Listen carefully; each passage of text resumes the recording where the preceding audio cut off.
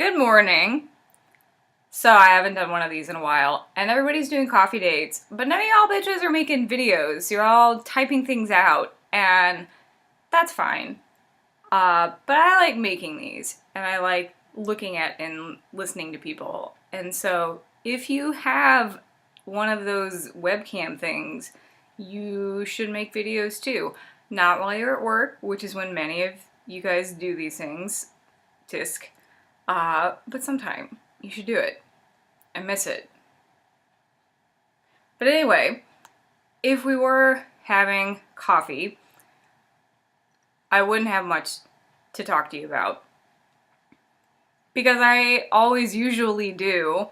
No, my summer right now is a combination of doing my work as a graduate assistant, which at the moment I don't have too much. I do have some things I need to do. It's kind of boring. And 2, cat sitting. 3, making really super slow progress on my exams. And 4, hating myself for not having a better work ethic and making better progress on my exams. It's a great, and 5, training, but you know about that. It's a great mixture of things. The self-loathing is really fun. I'm really super good at it. And, I don't know, it's hard to not beat yourself up for not feeling driven to do your work for your assistantship for which you're getting paid. You need to do it. And then spend the rest of the day hardcore studying stuff that's like dense for the most part. And so I'm trying to balance this idea of it being the summer and I should relax so that I'm not completely burnt out when the fall starts again. Oh, hey, cat. And also feeling like I've read 3 books for one of my topics. That's bad. That's bad. So, you know, it's 9 a.m. and I'm doing this. So I think I'm making good choices. I'm making excellent choices. Oh, God. But so I would tell you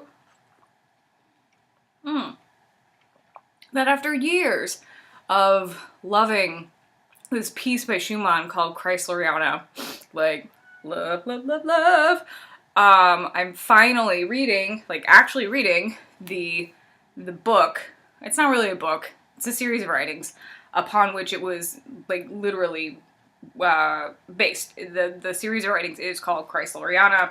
It's by E.T.A. Hoffmann, and it's a series of writings that are either about or from the perspective of, it's not really clear and it's not supposed to be clear, of this fictitious conductor and musician, Chrysler. And it's fucking funny, dude. Like, if we were actually having coffee, I would bring this book and I would read at you. If you were a musician or musicologist or music theorist and appreciated, old nerdy music humor, like I do. But I tumbled yesterday this picture of a section of one of the writings entitled Extremely Random Thoughts, and it kind of occurred to me that there are many things about romantic aesthetics that sync up, weirdly well with kind of Tumblr as a genre of writing. Anyway, that's all I'm gonna say, but it's kind of weird how things always come back. And I knew I was drawn to Tumblr for, various reasons, and it's just because it's, obviously a reincarnation of the aesthetics of Schlegelian fragments. So, there you go. So we'd talk about that for a little bit, but then I'd shut up because you probably wouldn't hear too much about it. And I don't have too much to say because I'm not making too much headway. I would also tell you about, props today, I would tell you about this book. I hope the video gets flipped. This is The Marriage Plot by Jeffrey Now this is terrible because I consider him one of my favorite authors, and yet I don't know how to pronounce his last name. He is Greek, so Eugenides, maybe? That sounds Greek, it sounds ancient Greek. That's probably not how it's actually pronounced, but it's The Marriage Plot. It's his latest book in that it was released a few years back, and I'm finally getting around to reading it. I'm not done with it yet. I'm about 7/8 the way done finished through it. Words. And I like it, you know. I've read everything by him that could be read by people, and the first thing I ever read by him was Middlesex, which just like it is one of my top three books of all time. I can't, like, it just sucked me in from the very beginning. The level of detail in character development, the intricacy of the plot, it's just, you should read it. You really should read it if you haven't read it. And it's what got him the Pulitzer Prize, which is, it's on the cover of this. He won a Pulitzer for it, so, you know, it's good. So after I read that book, I went back and read The Virgin Suicides, which was his debut novel, and I liked it. I didn't think that it was, you know, a work, like a staggering work of heartbreaking genius like everybody else seemed to think it was. You know, and they fucking made a movie out of that one, and not out of Middlesex yet, so whatever. But, you know, I liked it, and I'm liking this too. It hasn't hooked me and compelled me to read in the way that Middlesex did, which is why I haven't finished it, and I've been kind of slowly hacking away at it for a couple of weeks. But, you know, every time I pick it up, I'm like, oh, why am I not reading this? This is interesting. I want to know what's going to happen to these characters. The writing's really good. So, you know, a sort of enthusiastic thumbs up. You should read it. It's good. You will not dislike reading this book. It's such a ringing endorsement, I know, but that's what I'm working on. And after that, I'm going to move on to Jonathan Franzen's The Corrections, because I really loved Freedom. I really, really loved Freedom, and Corrections finally came in at the library for me. And also, Dan Savage's book just showed up for me, so I'm going to go get that tomorrow and read that as well. If we were having coffee, I'd tell you about training. It's going pretty well. I'm happy with myself. It's the midweek kind of longish runs that are really, like, mentally, like, wigging me out for right now. But I'm doing them, so, you know, all's quiet on the Western Front. Sometimes 1920s like to, I borrow their vernacular. I'm just not saying anything anymore. So I would talk about that, and if you were to rudder, you'd be really bored. I think I was humble bragging about training for a marathon, which I kind of would be, because again, never thought I'd be doing this. So, whatever. I deserve to be proud. So this weekend, Michael and I are going to the drive-in, and this coffee cup is heavy. I need to shake my fucking hand out. Michael and I are going to the drive-in, which I really love doing. It's such a, like, Midwestern thing to do. You drive through cornfields. Not that they're, like, it's not corn season yet, so there's nothing really there. But you drive through cornfields to go out to, like, bumfuck Indiana. I forget which town it's in. You park your car, and you sit until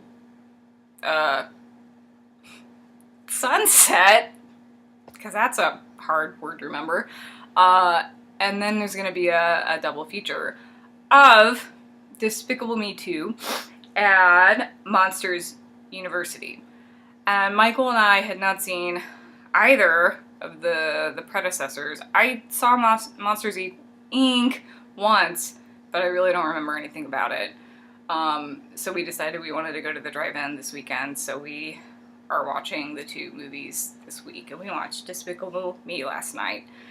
And that movie is so fucking cute. Grr. I don't have anything to say besides that. I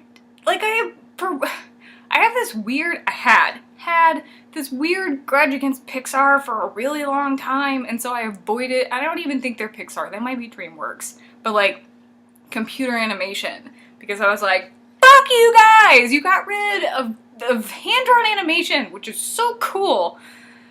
And so I was really bitter, and so I just avoided all those movies for a long time, but the fact of the matter is they're really good. They're really good. So anyway, and it was a heartwarming movie, and I liked it a lot. And we're gonna watch Monsters Inc. tonight, and that's probably gonna be really good too. I'm gonna feel like a horrible person for avoiding these movies for no good reason. Anyway, so the last thing we would probably talk about if we were having coffee is, like I mentioned, I've started watching New Girl on Netflix, and here's the thing. I know it's a tired cliche to like, oh, Zooey Deschanel, Manic Pixie, like to make fun of her for the things she's been made fun of for a long time. This character is so exasperating. I have written down the things that have actually made me cringe or roll my eyes or whatever, that have come out of her mouth or have been enacted by her as a character, written down in this notebook because it's apparently very important that my ire be systematically documented. Okay, so let's talk about the pilot episode, where first of all, this woman who is, by the way, conventionally, empirically very beautiful, very attractive, despite being odd or quirky or whatever, would never in a million years have a problem getting attention from men, like ever. And also the fact that her hair and makeup is also perfectly done every time belies a woman who knows what's up and isn't completely clueless. Hey, Tildy, more kitties. You can't see this, but there's a cat there where there wasn't before. So the first episode where she's getting ready to like go out to meet dude for the hookup because her dude like broke up with her or whatever. And she genuinely thinks that wearing overalls is okay because it's sexy. Or when she's getting ready and they hear a big thud from the bedroom and her friend Cece goes in and she's just lying on the ground, like it has been for the past 30 seconds, because I fell out of my heels. Because, yes, people fall out of shoes and then they just lay there. Because that's a solution for adorkable people. Pink wine makes me slutty. Pink wine. The next episode, this is not a quote, but when she's fucking, like, first of all has no sense of boundaries, and then decides to, like, throw the ball inside the apartment and she breaks their TV. Her fucking doe-eyed, unblinking lack of comprehension of why it's a problem that the TV's broken. But, Mom, like, you broke the several $100 flat screen TV. Why are you not upset? Or why do you not understand that people are upset with you? That's not a normal reaction to have, no matter how quirky someone is. So that's annoying. In a different episode, the inability of a grown-ass woman to say the word penis. It's not endearing, it's not sweet, it's not offbeat, it's weird. It's really weird and off-putting. You're in your late like, she's supposed to be in her late 20s, right? Like, penis. Anyway, that's all I have for now, because I've only seen a handful of episodes. But as I continue to quasi-hate watch and quasi-enjoy it, I'm sure I'll come up with more. Anyway, and obviously this all just stems from my latent jealousy at her beautiful hair. And that's probably partially true. Anyway, this has gone on for a really long time, so I should probably say goodbye and actually get to doing some work. But it had been a while since we hung out, and I thought it was time. So, bye for now. Hope you're all having a great Thursday. See you later.